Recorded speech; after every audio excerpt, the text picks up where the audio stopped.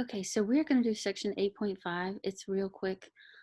Before in the previous sections, we talked about breaking down carbs for cellular respiration, but there are also other energy sources that we can break down. So we can break down proteins, we can break down lipids.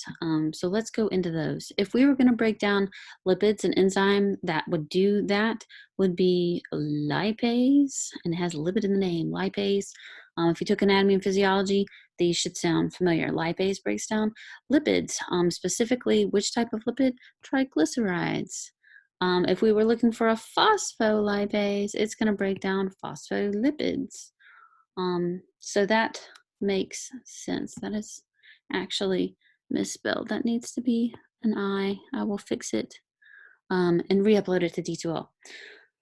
So enzymes that are going to break down lipids, and we can use that energy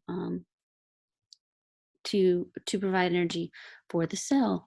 So there's different ones that can break down different types of lipids to use for their energy sources. So Staph aureus is one, and then bacteria-wise, and then we've got fungi, Cryptococcus neoformans.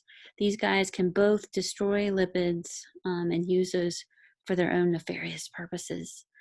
And then TB, Mycobacterium tuberculosis, can break down cholesterol, which we said is also a type of lipid that's used instead of a phospholipid. Cholesterol was in there in its ring formation that gave our cells structure.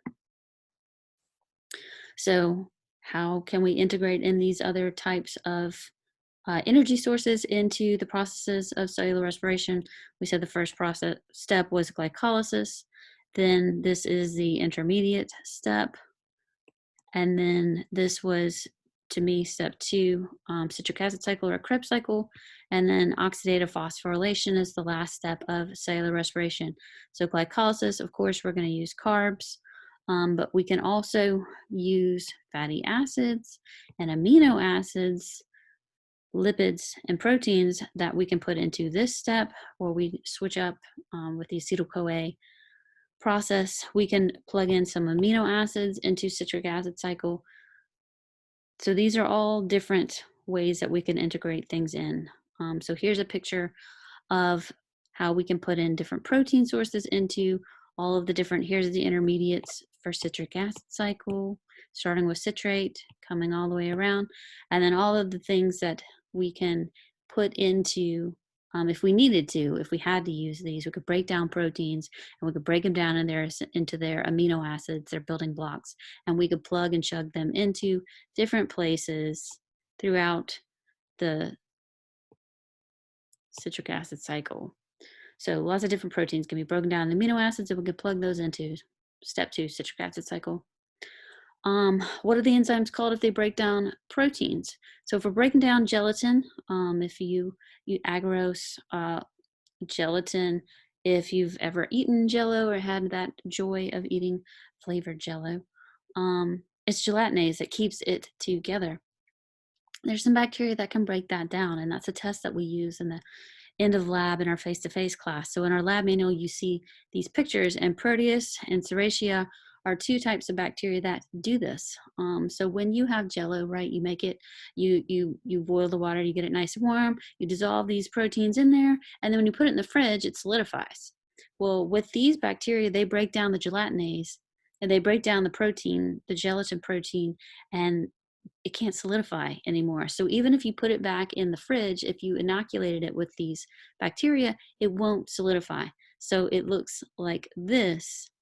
It still stays liquid no matter what you do, because they have gelatinase that breaks down the gelatin. So Proteus and Serratia can do that. Pseudomonas aeruginosa, that little pesky booger that takes over all sorts of places where it shouldn't, that guy can break down casein, which is found in milk. So it can break down the protein in milk. So that's another way that we can distinguish it from others. So these are all different things and methods of metabolism that we use when we go further into the selective and differential media chapter. I'm just getting you warmed up, showing you these kind of things. So protein test here, where we can see, is it Proteus? If it's Proteus, it's going to dissolve the gelatin and it won't become solid anymore. It'll stay liquid. So there's all sorts of tests when we go more in depth into selective and differential media, we'll get there. But we can break down lipids for energy sources. We can break down proteins for energy sources. If somebody is undergoing starvation, that person is breaking down glucose for their quick energy storage, and then they're going to start tackling their fat for their long energy storage, and then they're going to start breaking down their muscle. So if you've seen pictures of anybody who's truly starving, they don't have any muscle in their body either, because if you break down the proteins, you can plug that into different parts in cellular respiration. Let's check back in real quick with Hannah. Again, she was showing sign of meningitis. They pulled her CSF. They're running tests. In the meantime, they're going to give her the antibiotics because of her symptoms to see if she's got this specific bacterial meningitis and not a viral or fungal. So we've got to figure out what's in that spinal fluid.